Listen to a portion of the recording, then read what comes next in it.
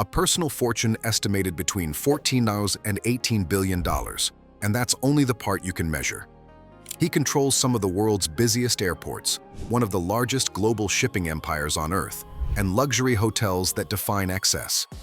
He is among the largest landowners in the United Kingdom, quietly holding more countryside than generations of British nobility combined. His horses dominate elite racing across continents, and his yacht is longer than a football field.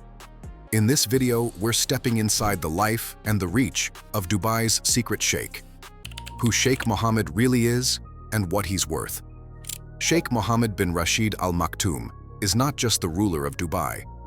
Functionally, he is the center of it. He is the absolute ruler of the emirate, the vice president of the United Arab Emirates, and its prime minister. These are not ceremonial roles. They place him at the top of political power, economic planning, and national direction at the same time. In practical terms, few major decisions in Dubai move forward without his approval.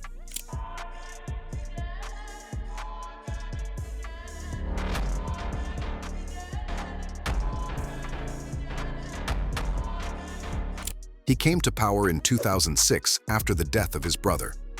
By then, Dubai was already growing fast, but under Sheikh Mohammed, the pace changed. Authority became centralized. Long-term plans became personal priorities.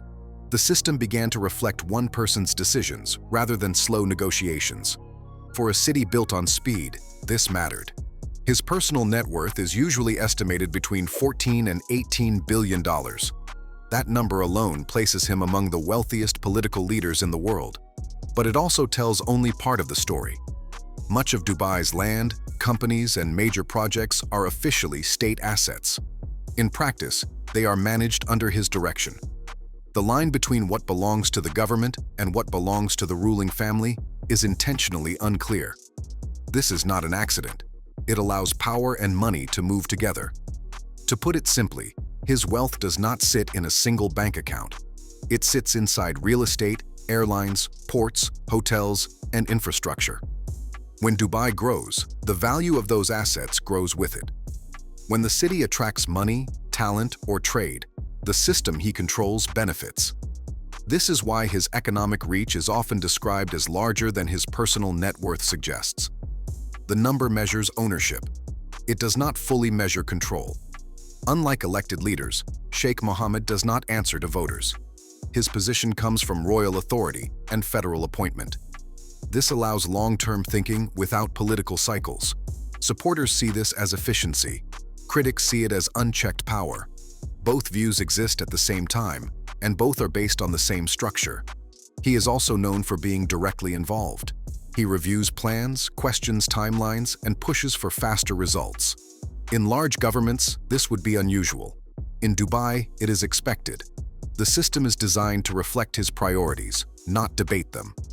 By the standards of most countries, this concentration of authority would be unthinkable. In Dubai, it is the foundation of the model. Wealth follows power, and power protects wealth. That loop explains more about Sheikh Mohammed than any headline figure ever could. And once that structure is clear, the scale of what sits beneath it becomes harder to ignore. The land, the homes, and the corporations. Sheikh Mohammed's power is not abstract. It is physical, measured in land, buildings, and companies that shape daily life for millions of people. His influence can be traced on maps as clearly as it can be seen in balance sheets. Outside the Middle East, his land ownership is most visible in the United Kingdom. He is one of the largest private landowners in the country, holding more than 100,000 acres. In Scotland, his Inverness estate stretches across tens of thousands of acres in the Highlands. It includes lodges, roads, and private landing areas. It is larger than many small towns. In Surrey, he owns the Long Cross estate, a vast private property used as a seasonal residence. In Newmarket, the center of British horse racing, he owns training grounds, stables, and housing tied directly to his racing operations. He also holds high-value properties in central London, including homes in elite neighborhoods. These properties are often owned through companies rather than in his name, which is common at this level. Beyond the UK, his real estate footprint extends further. He owns property in Rome through a Luxembourg-registered company and a multi-floor penthouse in Vancouver, Canada. These are not investment flips. They are long-term holdings, chosen for stability, privacy, and access. Taken together, his property portfolio crosses borders with ease. Most people own homes. He owns regions. But land is only one side of the structure. The other side is corporate control. At the center of this is Dubai Holding, his primary investment group. Through it, he controls businesses that manage housing, hotels, entertainment, technology zones, and entire districts of the city. Dubai Properties builds and manages residential and commercial areas. Jumeirah Group runs luxury hotels across the world, including the Burj Al Arab. TCOM Group operates business zones like Dubai Internet City and Dubai Media City, where global companies base regional offices. Then there is Dubai World, another state-backed group tied closely to his authority.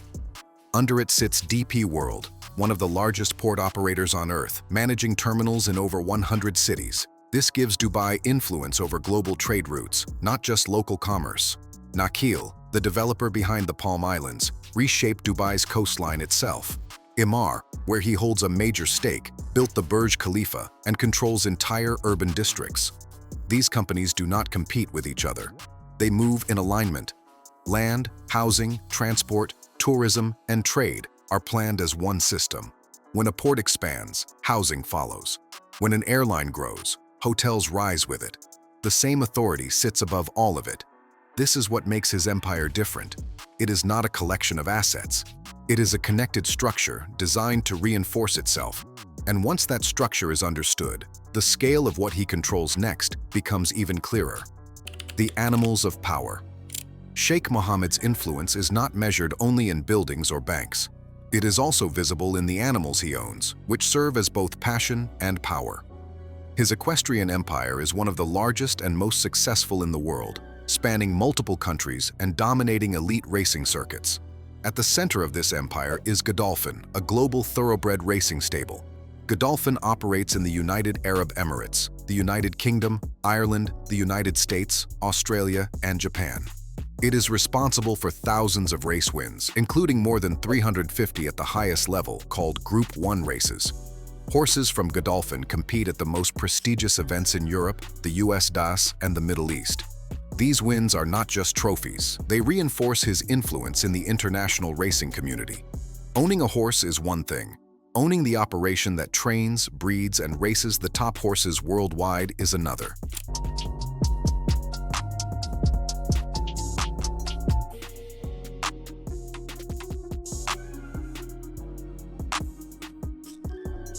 Complementing Godolphin is Darley, his breeding operation. Darley runs studs in several countries, including Dalham Hall in the UK, Kildangan in Ireland, and Jonabell Farm in Kentucky, USA. The operation produces the next generation of elite racehorses, many of which end up running for Godolphin or being sold for millions. This breeding network ensures he remains central to horse racing, not just locally, but globally. It is a system built for long-term dominance. But his interest in animals is not limited to horses. Sheikh Mohammed also invests in camels, an animal that carries cultural as well as sporting significance in the Middle East. He has purchased prize camels for over $2.7 million each. These camels compete in beauty and racing competitions, which are highly competitive and well-respected events in the region. Camels may seem unusual to outsiders, but in his context, they are a display of status, wealth, and tradition scaled to the same level as his horses. These animals are not merely possessions. They are symbols of influence, networks of control, and long-term investment. Each horse, each camel, each breeding farm reinforces his presence in circles where tradition, competition, and prestige intersect. Unlike ordinary collectors, Sheikh Mohammed uses these animals to maintain global connections, ensure loyalty among stakeholders, and continue a family legacy tied to elite sport. By understanding this network of animals, it becomes clear that power for Sheikh Mohammed extends beyond money or land. It reaches into the traditions, competitions, and industries that define influence at the highest level. And just as with his properties and companies, the scale of what he owns in this space sets him apart from almost anyone else in the world. The next question is obvious. If his animals show control over tradition and sport, how far does his reach extend in the ways he moves through the world? How he moves through the world. Sheikh Mohammed's power is also measured in how he travels. His means of transportation are not just for convenience, they are extensions of his influence. They allow him to move quickly, privately, and without the limits most people face. At the top of this network is the super yacht Dubai. At 162 meters long, it was once the third largest private yacht in the world. The yacht has multiple swimming pools, helipads, and living spaces that can accommodate dozens of guests. It is more than a floating home. It is a mobile base of operations, capable of hosting meetings, events, and leisure in complete privacy.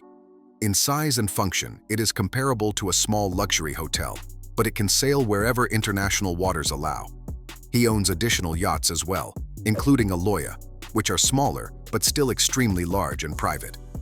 These vessels allow him to move along coastlines, visit projects, or host guests without leaving Dubai's influence behind. The yachts are part of a wider strategy. They represent access to international waters and the ability to appear anywhere on short notice. Air travel is equally controlled. Sheikh Mohammed owns several private jets, which give him the ability to cross continents quickly. These jets range from standard business-class aircraft outfitted for privacy to large, fully equipped jets capable of hosting meetings in flight. In practice, this means he can negotiate, oversee projects, or travel without schedules dictated by commercial airlines.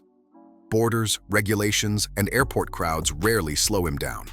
On land, he owns an impressive collection of luxury and supercars. This includes brands such as Bugatti, Ferrari, McLaren, Rolls-Royce, and Lamborghini. Each car is selected not just for speed or style, but also for exclusivity and performance. The fleet spans vehicles for racing, show, and daily travel across the city and surrounding areas. In combination with jets and yachts, the cars complete a transportation network that connects all points of his empire. These forms of travel are not purely about comfort. They serve a strategic purpose. With yachts, jets, and cars, Sheikh Mohammed maintains access to remote locations, meets international contacts efficiently, and oversees projects personally. He does not rely on others to move his influence, he moves it himself. By examining his transportation, it becomes clear that control is not limited to land or money. It extends into mobility, ensuring that no project, meeting, or decision is out of reach. And if his animals and properties show influence in tradition and space, his vehicles show influence in speed, freedom, and global presence. The next step in understanding him is to look at what he has built with this power, how he reshaped Dubai itself. Engineering a global city from the desert. Sheikh Mohammed's influence is most visible in what he built.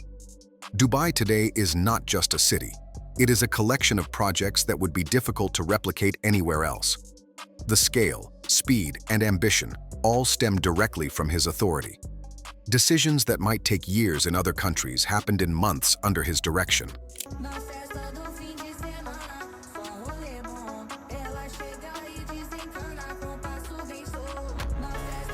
One of the most famous examples is the Burj Khalifa, the tallest building in the world since 2010.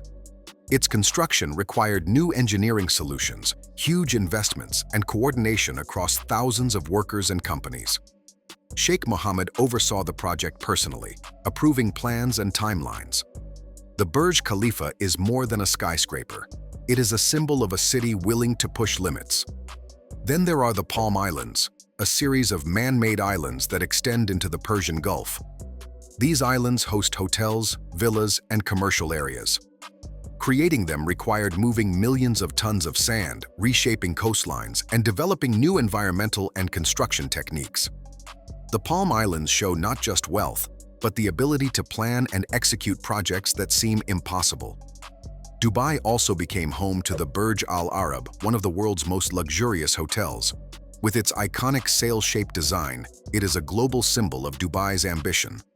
Beyond architecture, the Sheikh invested in creating entire neighborhoods, including Business Bay and Jumeirah Beach residents, which combine residential, commercial, and entertainment areas. These developments transformed Dubai from a regional city into a global destination for tourism, business, and lifestyle. His influence extends into transportation and commerce as well. Emirates Airline grew from a regional carrier into one of the largest airlines in the world, connecting Dubai to every major continent. DP World controls ports in more than 100 cities, making Dubai a hub for global trade. These projects were not left to chance. They were guided by a single vision, implemented with resources and authority few leaders could command. The speed and scale of these developments are tied directly to centralized power. In most countries, democratic systems, bureaucracies, or competing interests slow down decisions. In Dubai, the Sheikh can approve projects, allocate resources, and remove obstacles quickly. Risk is taken on a scale that other governments might avoid. Dubai's transformation raises an important question. Can its success be separated from the authority that made it possible? Buildings, islands, airlines, and ports are impressive. But they exist because one person had the power to act without delay. Sheikh Mohammed's legacy is not only in the structures themselves, but in the system he created. A system where ambition, wealth, and authority combine to reshape a city and, in some ways, the world. With these projects, the story of Sheikh Mohammed comes full circle. From net worth and assets to animals, vehicles, and cities, everything he controls is part of a larger design, demonstrating how power, when concentrated, can create a global landmark in the desert. The family behind the throne. Sheikh Mohammed's influence extends beyond wealth and projects. It is deeply tied to his family. The Al Maktoum family is not only royal, but also central to the leadership of Dubai and the United Arab Emirates. His relatives occupy key positions in government, business, and cultural institutions, creating a network that reinforces both authority and legacy.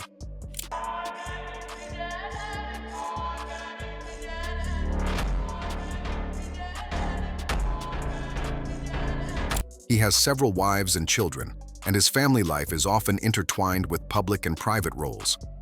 Some family members are active in running Dubai's initiatives, while others maintain private lives in international locations. The family's presence is not ceremonial. They participate in decision-making, oversee investments, and represent Dubai abroad.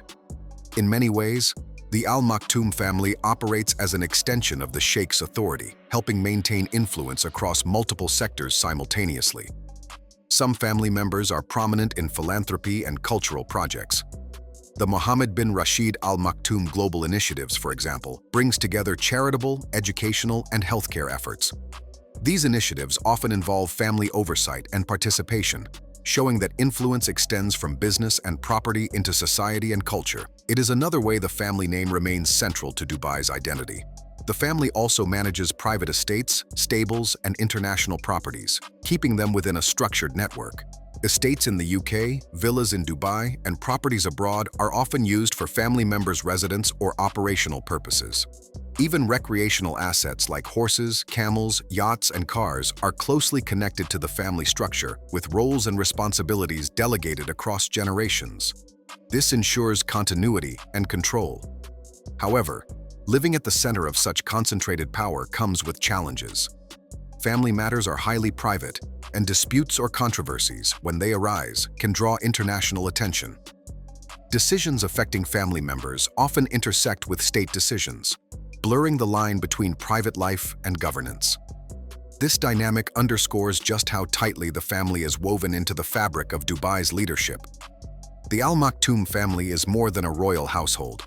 It is a network of influence, control, and legacy that amplifies Sheikh Mohammed's authority. From government roles to business, philanthropy, and cultural presence, the family ensures that his vision continues beyond a single lifetime. And while the buildings, yachts, and airports capture attention, it is the family behind the throne that keeps the empire moving and enduring. From towering skyscrapers to vast estates, racing horses to yachts longer than a football field, Sheikh Mohammed's life is a web of influence, wealth, and movement few can imagine. Every asset, every project, every decision reinforces the reach of one person at the center of a city and a family. Which of these surprises you the most? Which one shocked you the most? Share your thoughts below.